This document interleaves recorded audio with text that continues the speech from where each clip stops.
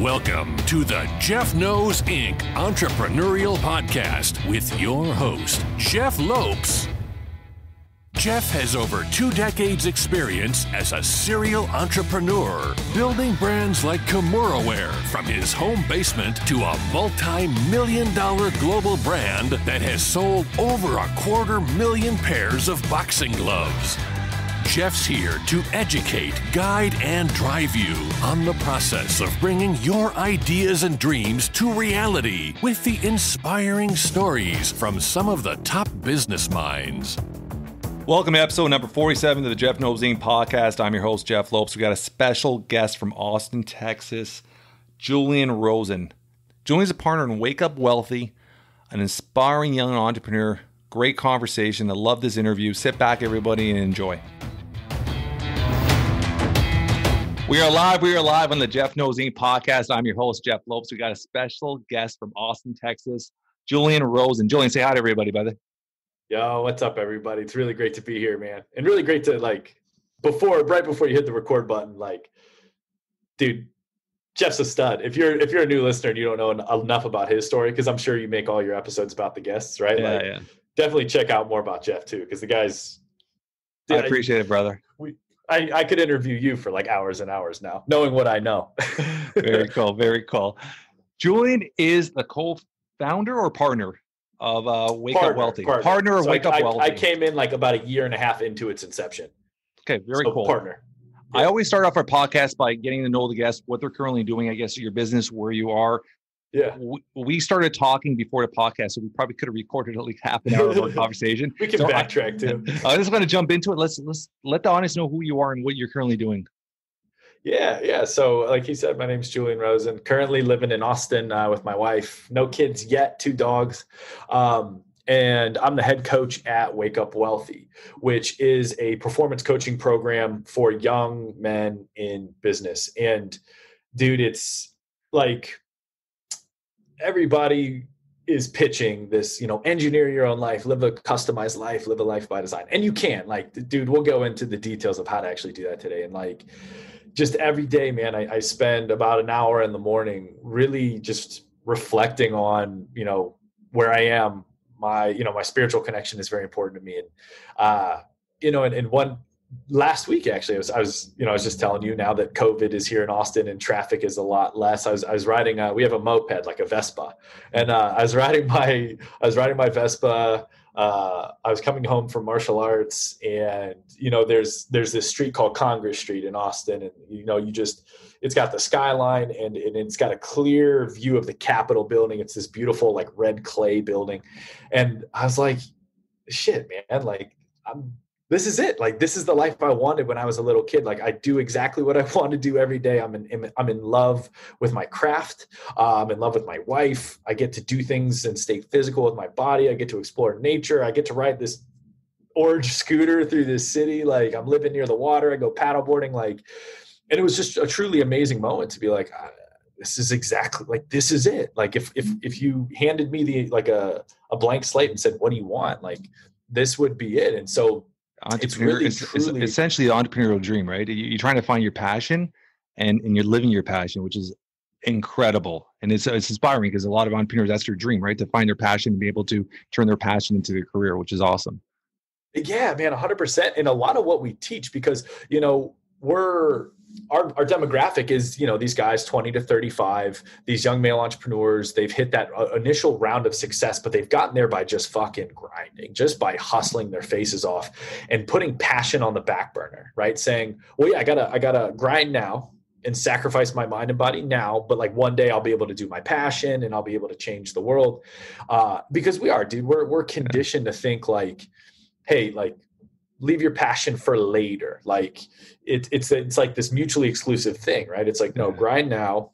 And then the passion and the purpose and the balance, that all comes later. And so we justify doing certain things. And what we're actually teaching really successfully to hundreds and hundreds of male entrepreneurs is dude, homie, you got it backwards. You need to unlock who you truly are day. You can no longer edit yourself or distort yourself or morph yourself or hide yourself. Like, you need to find out who the fuck you are.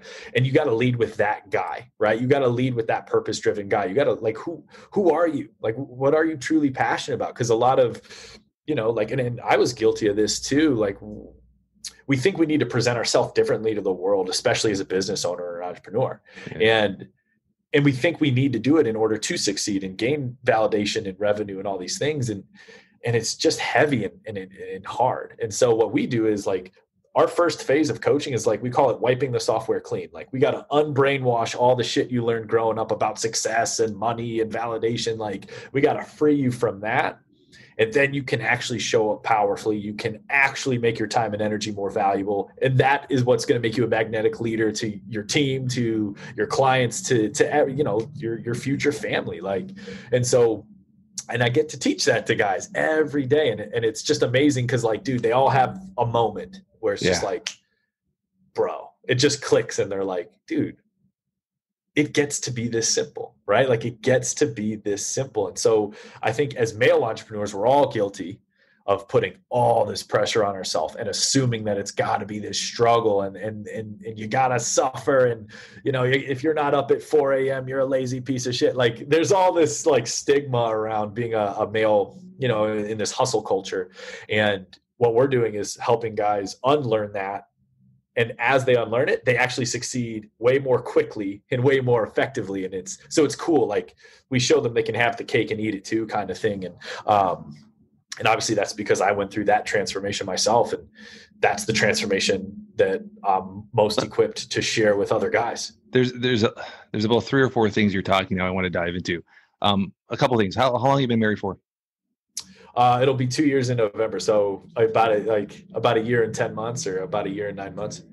So when you go to get married, you were telling me prior to this going on air, if you're okay with me saying this, your wife works at, is a nurse at Texas Hospital. What's the hospital's name?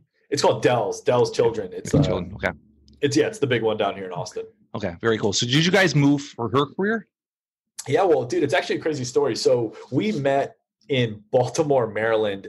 And I was a personal trainer working 14 hours a day. I was making like $2,500 a month. Like, I was just burning out. And I started to get into entrepreneurship. I started an online fitness coaching business. I was like, I can leverage my time a little more. I can help more people in less time. I can work less hours. And she was a nurse at Johns Hopkins at the time. And so, which is a big hospital down there in Baltimore. Yeah. About a couple of years into dating, she was like, I want to do this thing called travel nursing.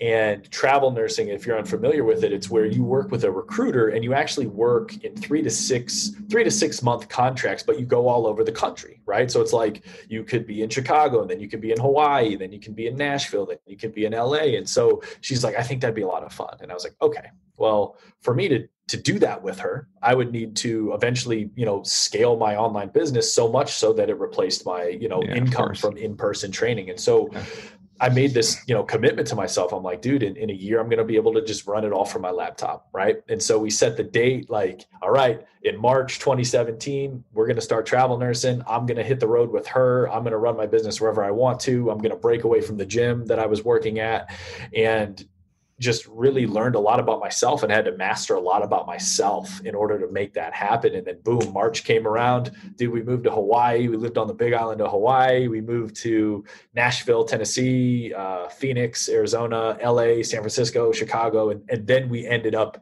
in Austin full time. So for the last 2.5 years, we were just living out of my truck, moving to all these places. And it was amazing, but eventually, we settled in Austin because great hospital to work at. And then she's actually going back to school to get what's called a nurse practitioner. And so Austin, University of Texas, which is located in Austin, has an amazing program. So she actually just started school this week. So it's like, dude, it's crazy how when you really truly set goals and you remain loyal to them, 100%. Right? Like, you remain 100%. Faithful to them. Like, dude, the shit will happen. You don't have 100%. To kill yourself in the process, but shit will happen. And so, like I said, fast forward a couple of years, here we are.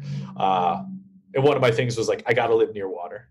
Got to live near water. And as I'm looking out my window now, it's called Lady Bird Lake. It's right in the center of Austin. Dude, we We live right on the water, overlooking the water. Like, so a lot of these things fell into place.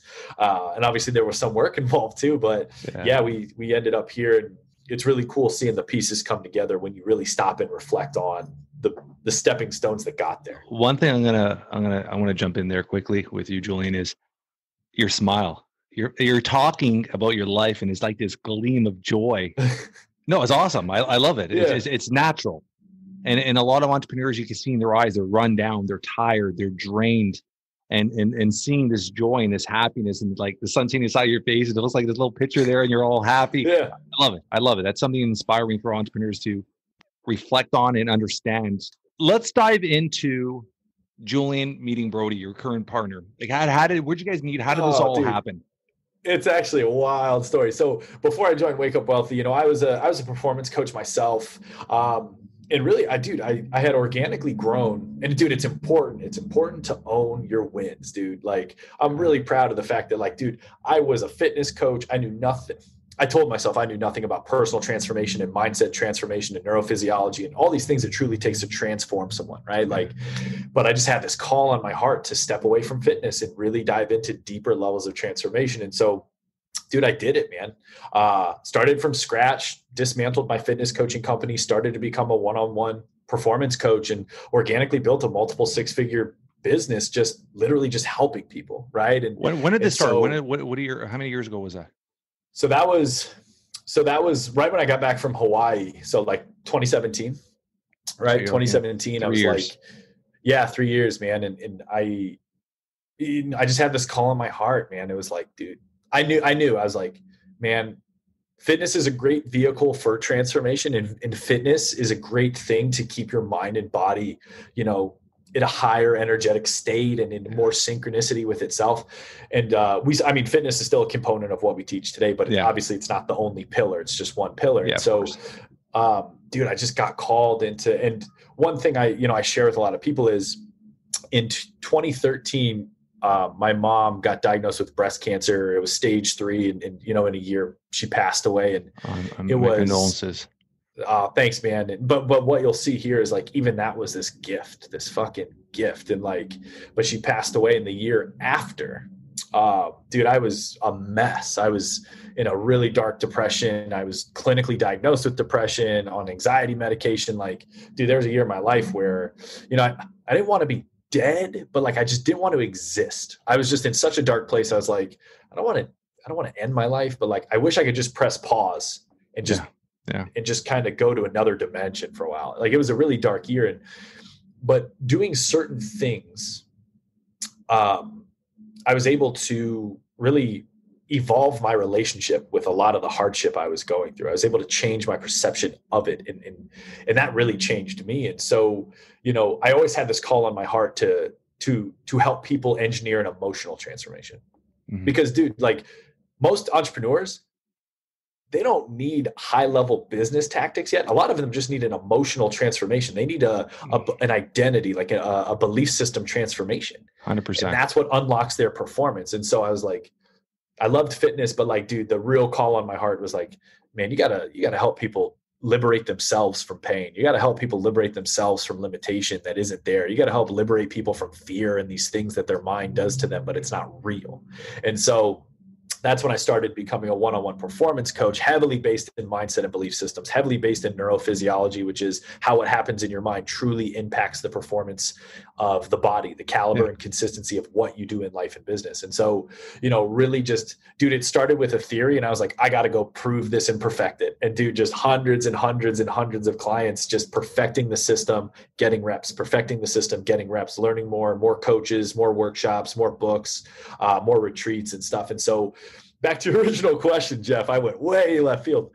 I was a coach, and I came across Wake Up Wealthy, and, because Wake Up Wealthy, it's a performance coaching program. And so I built this business on my own. It was dude, I'm a team. I love being on a team. I love collaborating. And I was like, you know what? Like, I could use some support. Like, I could use a network of guys just like me, because a lot of entrepreneurs as well, you feel like an outlier within your friends and family, right? You're like, yo, I want to break the model. I want to build my own life. I want to build my own legacy. And, a lot of people are just, they're cool staying comfortable. Yeah. Right. 100%. Like, And so it's really, really special and really potent and really powerful to get around people who are like, no, dude, I get it. Like, I just want to be better than I was yesterday. Not because I hate myself, not because I'm unsatisfied with who I am, but like, because I can.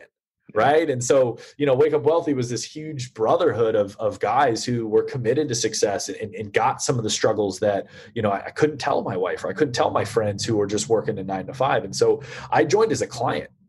And it was a great program. I was able to scale my group coaching. Like, it worked really, really well. But at the same time, I'm like, man, there's some ways that if I was helping, I could make this a lot better. Right. And like, but it wasn't my place. I was just a client at the time. And, so Brody Kern, who, you'll be having on the show in a couple of weeks, he was running it with this other guy named Brian, and Brian decided to go, I think he was going to open his own digital marketing agency. And so they just parted ways. And so, Brody was left running this thing by himself. And, I was like, man, I love being on a team. I think I could join this team. And I think I like the synergy between us two would be epic. And so, dude, we had that straight up conversation about what it would be like to join. And, as the head coach, and really build out their framework and their coaching systems and their modalities. And, dude, it just fit. And then if you really want to get weird with it, Jeff, do you know what ayahuasca is? Yeah. It's like a plant medicine, right? Yes. Dude, I was out in a town out here in Central Texas doing some medicine work, and you'll love this story, dude. So in ayahuasca ceremonies, there's the Church of Santo Daime, which is a Brazilian affiliated church, right? So all of their material is in Portuguese because it's from Brazil. And I'm Portuguese, so I know about it. Yeah. Yeah, Portuguesa. And so I'm doing the work. I'm in an altered state of consciousness, if you will. And I had this book of hymns, this book of Portuguese hymns in my hand. And so I started asking questions to myself, and dude, it was the craziest thing. But I would ask the questions, and then my hands, without me doing it, like my hands would just do it on themselves. I would ask a question, my hands would open this hymn book, point to a page and point to a line. And that line was the exact answer to my question. Dude, it was a next level experience. And so I'm asking questions about my life. I'm asking questions about moving to Austin, because this was a month after moving to Austin. And then I go, should I really do this thing with Brody? Like, why? Why am I doing this with Brody? Why am I joining Wake Up Wealthy as a coach? And again, dude, my hands just went wild, flipping through the pages, boom.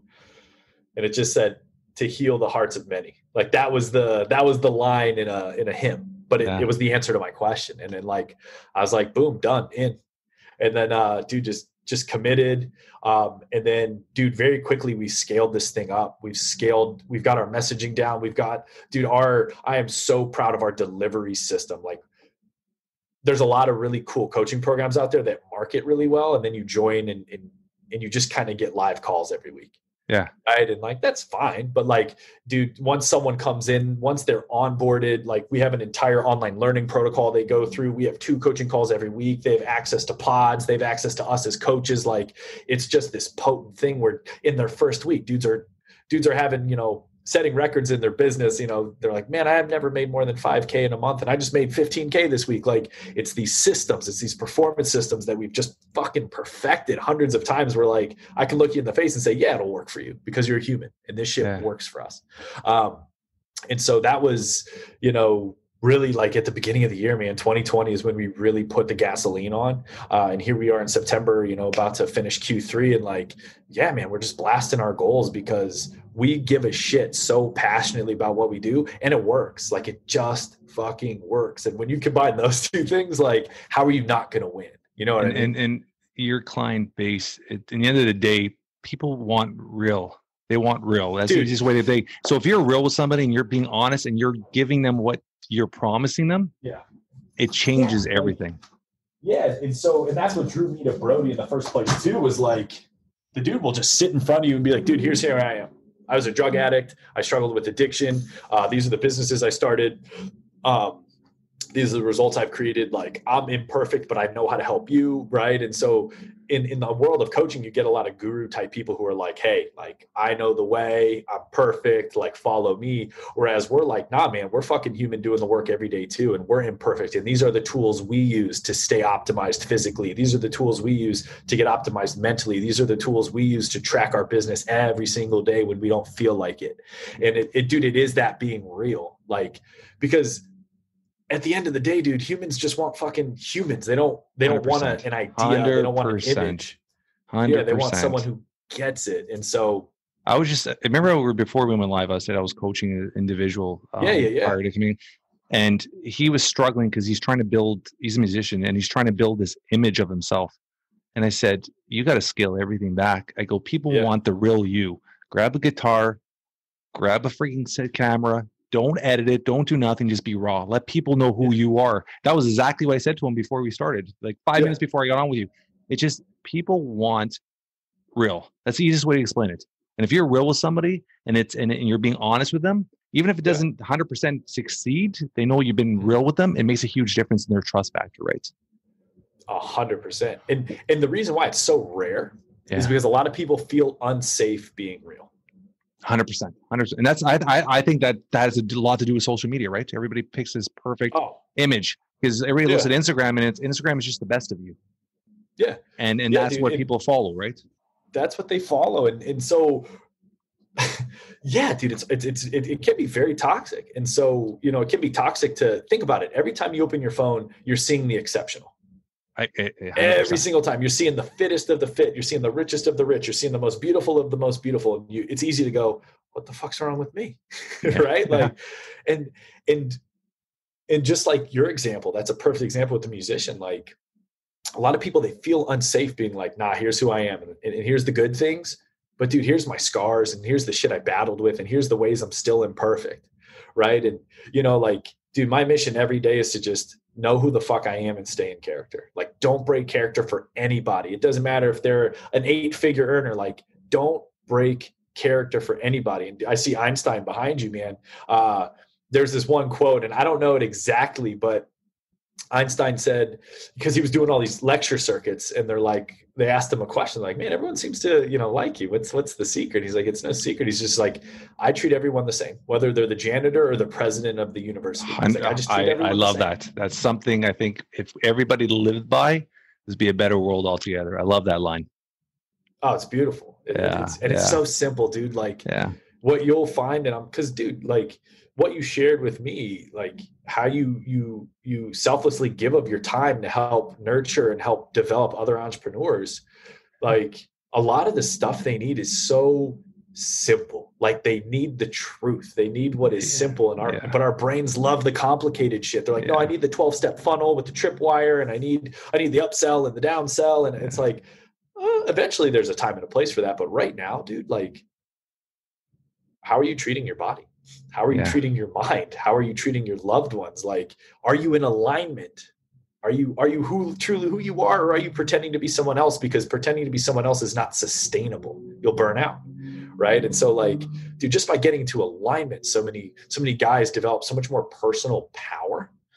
And dude, power is what drives revenue. Power is what changes people's lives. Power is what makes you a leader. And so a lot of people, like, again, they're chasing the image without ever knowing who they truly are. And it's like trying to build a high rise on a super shitty foundation. Like, you can't build 100 stories. It's going to blow over the second any instability happens. And that's what happens when dudes run into stuff. They get shook because their foundation is so, it's just feeble. It's not deeply rooted in anything. I love that word too. Rooted. A lot of people don't use that. It's being rooted. I love that word. When you got into this aspect of your coaching, from the physical to the mental, did you do any NLP training? Like, where'd you learn this? Like, a lot of it was working with amazing coaches and going, okay, what worked? What worked really well? And then also having the courage to go, what didn't work? Right? Because, like, again, like, there's not one person with the one right answer. So it's like, what didn't work? What would I have done differently if I were them? And so it just started with an hypothesis of what it takes to create change. And so I was highly inspired by Joe Dispenza, right? Breaking the Habit of Being Yourself. Really his shit resonated with me right off the bat. And so a lot of he bridges the scientific and the spiritual. And so like that really resonated with me. And so I started to incorporate that. And it's really cool because NLP is such a huge umbrella. Like NLP can really be any type of conversational type coaching where you disrupt old thinking patterns to introduce new ones. Yeah. Right. And so like, I wouldn't say there was any formal NLP training, but at the same time, like you could, if you were to record me sitting down with one of our clients, you could point to different frameworks and formalities and go, oh, that was very NLP like. And I would say, yeah, you've in our conversation here, you've used a few words like modalities. You've used words that are very common in NLP. So I'm tracking, I'm listening to it, right? Which is pretty interesting. Yeah. And I love what you actually said, Julian, is I'm gonna flip it around and say, I always tell people when you're starting a business or you're trying to find a better version of you or whatever you're trying to find, you never have to reinvent the wheel. Yeah. You find there's so many people that have been through that path already. Just learn off other people and I could sit down with you for an hour and I probably find one or two things that I could plaque into my life. I might not agree with everything you're going to say, but by taking a little by everybody, learning a little bit by everybody, you're growing and you're constantly developing and growing and developing and growing. And that's the way you develop and grow, right? Which is a huge part of branding yourself and building yourself, right? Yeah. Yeah. And I'm sure you've read This Is Marketing. Yeah. Seth Godin, right? Like we have the same haircut, me and Seth Godin. But yeah, dude, he's just like, like marketing and branding is storytelling, and storytelling is you got to know who the fuck you are first, right? 100%. So that what is your story? Because only by getting crystal clear in your story can you then present a story that perfectly intersects with your client's story, right? And that's what makes people want to buy shit and work with you is this guy gets me or this brand gets me and this brand isn't like that brand, and that's a good thing. And so it's like, my story and how I present myself, it's not going to resonate with every single human, and that's okay. Yeah. That's perfectly fine. But the clearer I can be on who I am, I'm going to be able to really, like a laser, shoot right to the heart of the person that needs my help. Yeah. Right. And that's important. So it's very important. Yeah. And so you're absolutely right. It's knowing who you are so that like your identity can in the public eye intersect with someone else's self-identity. And that's what creates loyalty. That's what creates brand loyalty. That's what creates fans. And so, when you think about your favorite musician right, it's like, man, their lyrics, they just like speaks to me. It's like, yeah, because they're using their story to ignite your story. And that's what creates this bridge. You know what I mean? Yeah. I love that. I had a guest on, and Essie's one thing he does, he's a business coach as well. Eric, and he was talking about utilizing your story to build your brand, right? And everybody wants to connect to your story. So it's very important to utilize your story to grow. So that's a nice little key part. I'm going to jump to a few little things that you started talking about at the beginning. I just want to dive into because they're something I'm interested in. Martial arts. You said you train martial arts. What martial arts do you train right now? So right now, there's this place called The Void. If anyone listening to this is in Austin, The Void, like, dude, they're everything from the overall mindset of what they teach and how to, like, again, just the quality of the instructors, like it's the fucking best. But so right now they teach a very distinct style of kickboxing, which is a mixture of like Dutch kickboxing with American kickboxing. So there's a little Muay Thai in there, like a little clinch work and stuff, but it's very Dutch and American striking heavy. And so which there's a ton, right? So they have the Brazilian jiu-jitsu, they have gi jiu-jitsu, they have no gi grappling. So it's like, dude, it's like they cover striking and they cover grappling in multiple ways. And, they teach this, it's called Iron Mantis boxing. So it's this Kung Fu based boxing style, which is heavily counter based. dude, it's just really, really cool. So you get in there and you experience this synergy of like Iron Mantis Kung Fu with Dutch kickboxing, with American kickboxing. And then on the days where you're grappling, you're doing, formal gi jujitsu. And then some days it's no gi jujitsu. Some days it's combat grappling. Like, just, it's so dynamic and it's so amazing. And so like, I grew up wrestling my whole life, and, I trained Taekwondo from the ages of like 7 to 16. And so it was, but then from the ages of like 25 to 30, I really, I stayed fit, did like some CrossFit and stuff, but like that side of me, the combat side was, I had a shoulder surgery and was recovering from that. And so really put it on the back burner. But, yeah, dude, martial arts is, you just learn so much about really, you train your nervous system, right? Like when someone's trying to punch you, it's very, you want to tense up and you want to tense your neck and you want to freak out. And same thing with jujitsu, right? You want to breathe really, really intensely, and you want to try to like hyper manage and hyper control things. And it's that counterintuitive freedom. It's like, no, you got to learn to just fucking detach a little. Like you have to learn to engage your peripheral vision, cool your breath down. Like that's where power comes from. And so I just love the martial arts because it's, everything I do with mindset and meditation and really controlling, right? Establishing control over the mind and body instead of letting them control you. Martial arts is a perfect vehicle for that because it's easy to watch, UFC and be like, oh, it's just brutish meathead stuff, and whoever can punch the hardest wins. It's like, no, it's whoever has more dominance over their own mind and body. Like that's the guy who can really, really, handle himself in a high stress situation. Like that's the person who can string together combos. That's the person who can hit that key takedown. You know what I mean? And so it's there's just obviously so many correlations between what you learn in there and in real life or business. Yeah, 100%. I've been involved in martial arts my whole life, one way or another. So it's when you said that, it kind of clicked with me. And like I told you prior to our podcast, my main business, Kimura, which is what we do. So yeah, huge part of it. So I'm going to dive back into Julian. I want to. Growing up, was being an entrepreneur something you always envisioned? Where was your path growing up? Not at all, actually. I had a very subconscious aversion to it. So after 9/11, my dad lost his job. And so he started his own business. And I just remember growing up and dude, he would just lock himself in his office for hours trying to figure out, how he was going to make money for us. Right. I had 2 sisters, so we had a family of 5. And I was like, man, that does not look fun. I was like, dude, owning your own business looks fucking stressful. Like I wanted to be a cop. I wanted to be a federal agent. I wanted to do DEA or ATF. Like I wanted to just chase bad guys. And, I pursued that until my early 20s. Like, nothing ever came of it. But like, the thought of owning my own business just seemed so like too much pressure. So like, it was actually something that I really rejected. I was like, nah, that's not me, man. Like, I go with the flow. I'm not a business guy. Like, like that was the thing. That was the story. That was the story I told myself. So actually, actually part of my transformation was digging into why. Like, why did I have such a resistance to owning a business? Why did I have so much resistance to truly being self-reliant? Right.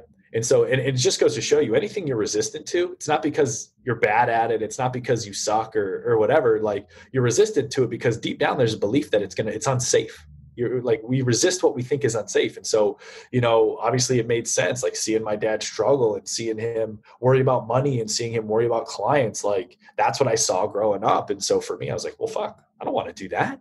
Why would I want to do that? And so, it took a lot of inner work to really release that fear and really revisit some of these memories and remove the emotional charge from them. And that's a big NLP thing too, is can you 100%. Reframe your perception of the traumatic event? And trauma doesn't have to be assault. Trauma can be, seeing your dad freak out and then yell at you. Right. And so it's like, can you de-emotionalize these things and change your relationship with them to, and like I said, like, in less than a year, I was able to scale from scratch a personal coaching company, in a very saturated market to 6 figures with very low overhead, just by changing the story, right? Just by changing the story and changing the beliefs about it. So, but to answer your question, like, dude, it was something that like man, I just considered myself really good at a hobby. Like for a long time, I resisted the entrepreneur title or the business owner title. Cause, again, dude, I was deep down, I was afraid of it. Yeah. Yeah. That's awesome. Now, when you moved to, is this with Austin, Texas? You obviously moved quite a bit for the last couple of years. Is this something you could, now you're trying to grow your roots there? Obviously you said, let's talk about that too. The business now moving to Austin. Let's talk about that. We talked about that prior. So before we went on air, Julian was talking about how Brody and essentially the whole company has now moved in the last couple of weeks to Austin, which is pretty amazing. Let's talk about that. How is that all? How did that come about? Dude, yeah. So I guess I have a magnetic factor sometimes, but like, yeah. So the plan was to relocate Wake Up Wealthy headquarters to Orange County, California. And so but like, dude, my wife's in school here. We love Austin. So I was anticipating, every month traveling out there for a week, right? Yeah. Because when you're in the same room with your partners, like you can go a lot faster, a lot further. 100%. And then, like Brody came down and visited and I don't know if we just changed his mind. Maybe he had a preconceived notion about what Texas was like. And, like Austin isn't like the rest of Texas. It's very green. There's a lot of water. It's a progressive place. Like there's a lot of tech here. Like, and so like, I was able to, I guess, change his mind. And so like he came and visited and then went back to Missouri. And then 2 days later, he's like, hey man, I'm coming out to look at houses. Let's do this. And so, now we're looking at office space. Like I said, our media video guys down here, our operations guys moving here next week. And are any of these guys with families or are they single? So Brody's the only one with a family. So Brody's married and has a kid. And how old's, I'm going to get Brody on. How old's his little one? He's almost 2. He's almost a baby 2. still. Cruz. Yeah, he's a baby. So, he does he's having a blast doing whatever, right? Every day's the best day for him. And so a lot of the guys are younger. So it was very easy to say, come on, man, come to Austin, put on some roots here in Austin with us. So, by the end of Q4, we'll be in an office here and dude, like, even our clients, because a lot of our clients are these young guys, they have no families, like a lot of our clients are moving to the Austin area just to be close to the source, just to be close to the energy, just to, stop in for a day at the office and just jam with us. And so, it's, it just goes to show you, again, we were talking about be loyal to your vision, be loyal to your goal. Like when you can choose to make your goal more real than your past, right? Like, this is where I'm going. This is we always say it to all our clients, the end is secure. The end is secure. If you can see it and you can feel it in your meditations, the end is secure. And so that has a magnetic power to it. People want to be around that type of certainty, right? We talked about people want to be around people that are real. Yeah. Right. And people want to be around people that are certain, right? Because you can fake confidence, right? Like, I could have came on here and faked a smile, right? But like, you would have known, Jeff, you would have known. You've been like, he was a nice guy, but he's fine. But like, people really gravitate towards that. And so, dude, I'm stoked that we're all going to be here. And, you mentioned that your ultimate goal, what's the lake up there? Muskoka. Yeah. Muskoka. So we do this event called Evolve, and we used to run it up at this ranch in Idaho, but now we're running it here at this place in Central Texas, where similar to what you were saying, it's right on Lake Buchanan. It's got 6 houses, and next Friday, dude, we have 10 of our guys coming out. We fly them out here. We put them up in a hotel. And then Saturday morning, dude, we pick them up, blindfold them, put them in a van, take them out to this undisclosed location. And it's 48 hours of immense, intense transformation, mind, body, spirit business. And so even that we've been able to centralize by everybody coming here to Austin. So that's going to be awesome. Like if you go on our Instagram, you can see some of the highlight videos because we've done 2 before. Yeah, I saw them. Dude, they're epic, man. And they're just, as a coach, it's just the coolest thing. And, back to enjoying what you do. Like you're also building bonds with these people too, right? It's not even the business, the spiritual, you're building lifetime bonds with a lot of these guys, right? Dude, big time. Because, with digital coaching and digital mentorship, we have a very close community. We have guys that if they live near each other, they'll go meet up, but we have dudes all over North America, Canada, Mexico, South America, all over the States. And so bringing them all out together, developing that bond, looking them in the eyes and really seeing them. right? And allowing them to really huge. see you, not just a screen, but like, you know, getting like they can feel you and you can feel them. That's important for coaching. So with the growth of the business over the last, how has COVID affected you guys? Obviously, you said you guys are on a great pace where everything had to become digital, as it was forced to be digital for a period. Now, obviously, you guys are opening up again. So how did that affect, or was that okay because you guys are in the moving stages and there's a lot of stuff happening? Yeah, man. So we truly live by that principle. Like, you're bigger than your circumstances if you choose to be. Yeah. Like like it is an attitude. The end is secure. The circumstances they're just the pieces rearranging themselves. They don't really matter that much. And so I remember we got back from our first Evolve event. It was March. It was that weekend in March when the NFL or the NBA shut down, Disney World closed. It was like that weekend when everybody started freaking out and stealing toilet paper. And Brody and I just had a conversation. We're like, dude, this is not going to affect us. We just made the decision. We're like, I don't care what the news says. I don't care what, I don't care what the government says. Like, this just is not going to affect us. And we remained so loyal to that every single month, dude, April was a record-setting month. And then May was a record-setting month after that. And then June, like, we scaled to 6-figure months very, very quickly. Like, and then we had another Evolve event and people kept telling us, no one's going to travel during COVID. Like, fucking sold it out, had an amazing event. Like, we just decided, dude. When you do your events, how many guys do you allow into your event? So obviously you're small events, right? Yeah. So 10, like 10 is that sweet spot. But what we found is this space that we found here in Central Texas can accommodate more. So what we're going to do is, you know, graduates of Evolve can actually come back and help us coach it. That way we can bump it up to 15 or 20. But like, you know, it's not like a mastermind. Like we'll have bigger events like that where it's more relaxed and it's more educational. But like, dude, when it's this type of nitty gritty work, deep transformation, like you want to be intimate, personal. Yeah, exactly. If it gets too big, you lose that factor, and that factor is important. 100%. So when you guys are working with your clients, is this something where obviously you're helping them scale their business, you're helping them spiritually? How much of the component is a spiritual aspect of it, the meditation, the breathing, all that stuff? Like how much of a component is that? Because that's something that I'm kind of diving into now for the first time. Dude, that's amazing. And I don't even call it meditation. I started probably about 4 months ago. Yeah. Where I'm exactly what you said. I'm the 430 entrepreneur. And I do that there's a purpose for that for one of my companies. But I found I would call it almost quiet time. I find about 10 minutes every morning. And I just breathe and I think about the day past. I think about the day is ahead of me, and that's my time. And it's usually around 4:30 to 5. Everybody's sleeping. I come down, let the dog out, and just sit back and just sit on the couch or sit on the ground, whatever, and just breathe. Yeah. So how important is that component with your teaching? Yeah, and dude, that in itself is a form of meditation, right? Meditation is really it's reflective time with no real hard agenda.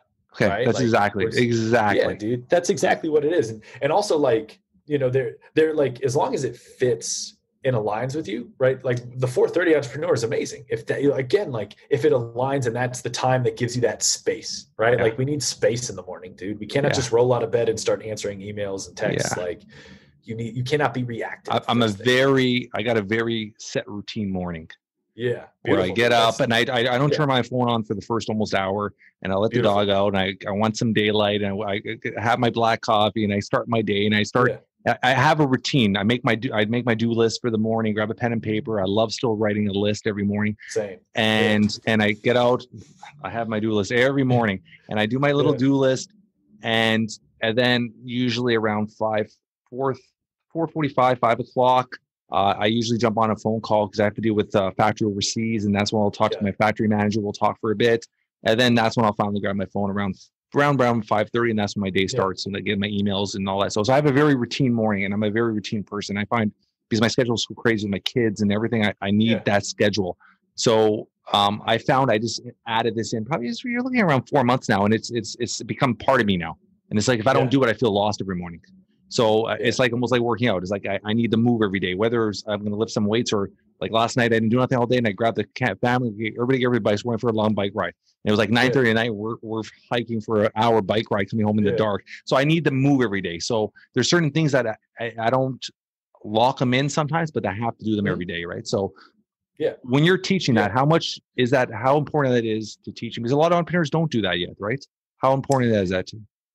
Right, man. And so like we have a very easy systems model, right? Like power, performance, profit, right? Okay. Like power enhances performance, the caliber and consistency of what you do, right? And performance drives profit, right? Like your business is an extension of you, right? Like, Yeah. so if there's some shit going on with you, it's going to find its way into your business. And so, so we always talk about like, what does it mean to be in a place of power? And like, to truly be in a place of power, Jeff, you gotta be, and this sounds simple, but you gotta be here. Yeah. Right. Like you're very powerless when your body's here, but your brain is thinking of a negative what if scenario that hasn't happened yet. You're very powerless. When you're anxious about something in this moment, you are powerless, right? You're very reactive. You're very scattered. You're very fear-based. Your power is diminished. And so when we say like really our spiritual training, our spiritual performance systems are, dude, can you just be here? Can you access the now? Because that is where you can access a flow state and create more. That is where you can lead more. That is where you can enjoy more. That is where you can actually execute without like procrastinate. When you're really here now, procrastination just falls away. Because procrastination is the result of a story in your head about what might happen, right? Yeah. And so that spiritual connection with, dude, can you feel your feet on the floor and really be here? Can you remove the stories and just like, dude, you're in your office, you got Wayne Gretzky over there, we're having a great conversation, your feet are on the floor, you're a healthy guy, I'm a healthy guy. Like reality is pretty good right here, right now. Now, if I wanted to feel anxious or scared or overwhelmed or angry, my brain would have to leave somewhere. It would literally have to go to some imaginary place and see something that's not there. Right? Like that's insanity. Yeah. Right. And so spirituality is huge because spirituality is, can you access reality without all the stories and the chaos and the static of your mind? And so for us, it's I've never heard it explained that way. And I love that. That was the first time I heard it explained that way. And it just, it opens up how you to understand what in a form of meditation is being reality, is being here. I love that. I love that. Just that simple word is being here. I love that. Yeah. Really cool. I think spirituality has a connotation with it, right? You think of, a yogi meditating, or you think of people with crystals, or like you think of like this, like that in itself is a story that is not here now. So even people's knee-jerk reactions to the word spirituality are taking them out of the now, which is where like your power is only in the present. I didn't come up with that. I read it somewhere, but it's true. Your power is only in the present. When your body's here and your mind's somewhere else, you're not as good of a dad. When your body is here, but your brain is somewhere else, you're not as effective for your clients, right? When your brain is somewhere else, but your body's here, dude, you're just running on stress hormones and you're a shell of yourself. So it's like, so spirituality, mastering presence is where power comes from. And remember, power drives performance, performance drives profits. It just works, man. And so, but it's up to us as coaches to explain that, because a lot of guys are like, wait a minute, how is spirituality going to help me make more money? And it's like, okay, well, let's explain. Power, performance, profits, right? Like your bank account doesn't just pop out of nowhere. It's the result. It's the accumulation of what you've done and how you did it. And what you do and how you do it is heavily determined by your sense of power and presence, right? And so it's like really just going back to the source.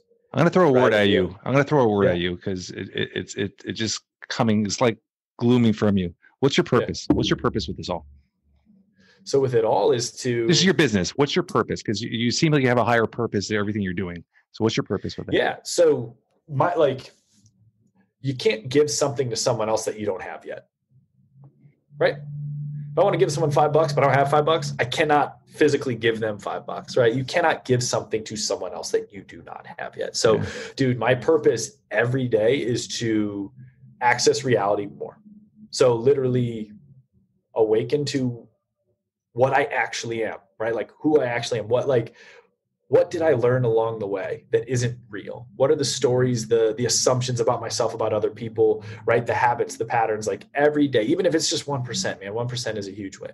My purpose every day is to just detach from that at least 1%.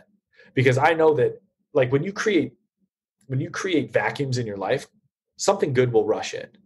Always, right? You clean your garage, you clean out your closet, you donate a bunch of shit. Something good will happen to you a week later, I promise you. And so it's like, I love that. Dude, it just you're resonating. You're resonating so much with me, Julian. You have no fucking clue, buddy. Like I'm not a religious person, but I do believe in karma, and I do believe in a purpose we're here for a purpose. And Yeah. I just had this conversation with somebody. I want to see where your mind is. I have a tight knit group of friends, very tight knit. I have a huge social network, whether it's business or friends. I have a huge social network. I have a tight knit group of friends. And I was having this conversation with somebody the other day, and how this all resonated was, my wife had a childhood friend for years and years and years, and they've over the last little while separated, and they've gone on their own paths. And for some reason, they've stopped talking, and this really hurt my wife. And I sat down with her and I said, I'm trying to explain to her and try to make her understand that everybody in your life has a purpose. I'm going pure off courses. I just want to see where your mind is. Everybody in your life has a purpose. And I always say this, whether you're at the grocery store and somebody stands beside you, gives you a smile, you could have a shit day and that smile change your day. Everybody in your life, whether they're for a day, a month, a year, they had their purpose. And when they're gone, it's okay because they serve their purpose in your life. So where's your mindset with that? Yeah, dude, like 100%. So I alluded to losing my mom and it being a gift. Like my mom dying served a purpose. Yeah. Right. It woke me up to the fact that, dude, I'm here once, I'm here for a short amount of time. Fear is such bullshit. Like, go do something cool. Like, literally, my mom taught me that. And, I mentioned I was doing plant work with ayahuasca. Like, I know my mom's not gone. Like, her physical vehicle may have changed shapes, but like, dude, my mom's not gone. What she is in her essence is still here in bigger ways than if she was still in her body. Right. Like, I know that to be true. Like, and so, but I totally agree. And when it comes to like, because I think a lot of people put a lot of pressure on themselves. Like, what is my purpose? Do I need to go to a 10-day workshop to find out my purpose? Like, does it have to be a one-liner? Like, what's my purpose? And like I was saying, dude, your purpose is to find out who you truly fucking are. Like, no stories, no assumptions, no burdens from the past. Because when you are clear on who you are, what you do just flows naturally from you. So when you're clearer on who you are, when you feel lighter, you feel truer, you feel more powerful, dude, good just flows from you. Yeah. And so that's your purpose, right? And it takes different shapes and forms. For a while, my purpose was fitness, right? For a while, my purpose was a one-on-one business, mindset, performance, spiritual coach, right? Like it was, but like, I'm not married to that. I'm not pigeonholed to that. Like, and dude, in 2 years, I don't know what I'll be doing. I don't know what I'll be saying. But as long as I continue to cultivate growth and let go of old shit, my purpose expands as I do. And the things, and then just like who I am and how I treat people and the impact I have in the world will evolve as I evolve. And so like your purpose is it's like clay. It's malleable. It's not this like hard set in stone tablet that you have to carry with you everywhere. And do you believe in like, one thing I always say as well is when anybody asks, I always say you could have so many different purposes in your life at one time. Yeah. Okay. Very cool. Very cool. So we have the same mindset with that. One thing I usually ask at the end, we've been talking for a while, so I'm gonna throw a question at you. I ask at the end, but I still have a couple of questions after that. And it kind of resonates with what we were talking about prior. If you were to be gone today, how would you want your closest friends or somebody close to you, in a few words, how would they describe you? How would you want to be described? Yeah. So, I mean, it's really like, I would want them to remember a distinct feeling around me. Like, man, I just felt lighter around him.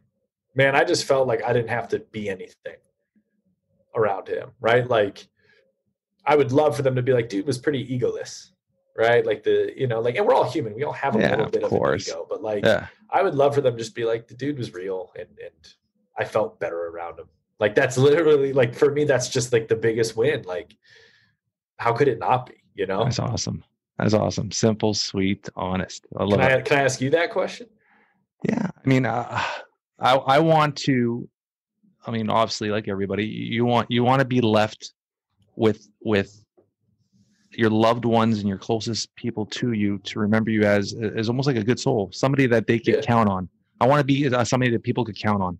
That's the easiest way to explain. Somebody that they knew when shit hit the fan, I was always going to be there for them. That's the easiest way to do it. And then that's one thing I try to instill with my children and people around me. It's just, it's when shit hits the fan, your real friends are there. Yeah. That's the easiest way to explain it. Yeah. And dude, that's such a great question too, to get people thinking about how they want to be remembered, because like, newsflash, we're all going to die very soon. Like life is short. Life is so short. Yeah. Life is so I think so short. A lot of people are afraid to do things. But it's like, why are you afraid? Because it's dangerous. One thing I do with my children and I try to instill in them is conquering fear. And I try to do that from a very young age. I've been doing this with them, is find something on a regular basis, whether it's public speak or whatever. And I force them to do it, and I teach them to do it. And I find if parents were to instill that in children from a very young age, it opens up so many more doors to them, because a lot of people don't ever achieve their maximum potential because they're always scared. And I've always instilled in my kids, like, you have to break through those fears. You have to break through those fears. And I think a lot of parents need to start teaching their kids to do that, right? Oh, absolutely. Because, dude, it's not the presence of fear. Like, thank you to our evolutionary psychology and cavemen and our ancestors, but like, fear is just a thing built in us. Like, it's not going anywhere. Like, it's a thing. Like, yeah. But it's your relationship with it. Like, yeah. It's your relationship with it. And I always tell people, like, and I usually light some incense and I say fear is like smoke, because it is like smoke. Like, you can see it, you can smell it, you can become aware of it. But like, what happens when you put your hand through smoke? Like, it goes right through it. Like, it lacks substance. It's not real, right? Yeah, like, it's an illusion. Like, again, you can sense it, you can feel it, you can, like smoke, you can see it and smell it. But like, when you actually march up to it and poke it, it's not there. Like, it's just a story. It's not real, right? It's a temporary sensation. And so it's, it doesn't go away, but your relationship with it just changes. Do you find when you are teaching and you're running your camps, do you find having metaphors like that with the smoke is so much better for the teaching aspect, the visual? Dude, are you a visual person? Man. I'm a little bit of both, but like, dude, metaphors and stories, just, it's something how the human mind works. Like, no, you're really good at it. You're really naturally good at it as you're talking, practice. and you're doing it. It's just it's making. Usually, I don't get, like, when I have guests on, I'm just going through this conversation. We're talking. You're making me think, and as you're talking, I'm reflecting and thinking of my past or thinking of moments, which I usually don't do in conversations. I'm usually just flowing and having a conversation. You're making me think, and a lot of the metaphor, like right now, the smoke, it makes me think, which I love that, and it's a teaching aspect. There's also the visual, the VAC, the VAK, like you're visually giving us something to learn and see, right? It makes learning so much more easier, right?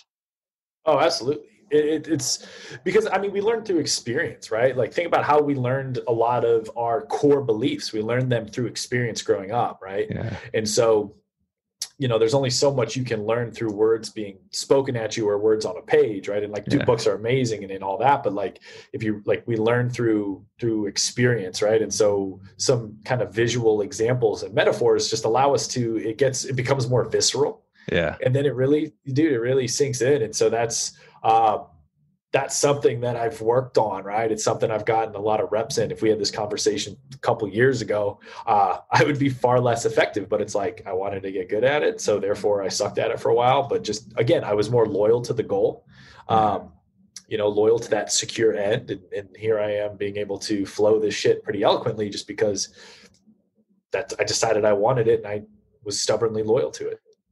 Do you do guest speaking or like speaking in front of crowds? Is that something you do right now, or something you were doing prior?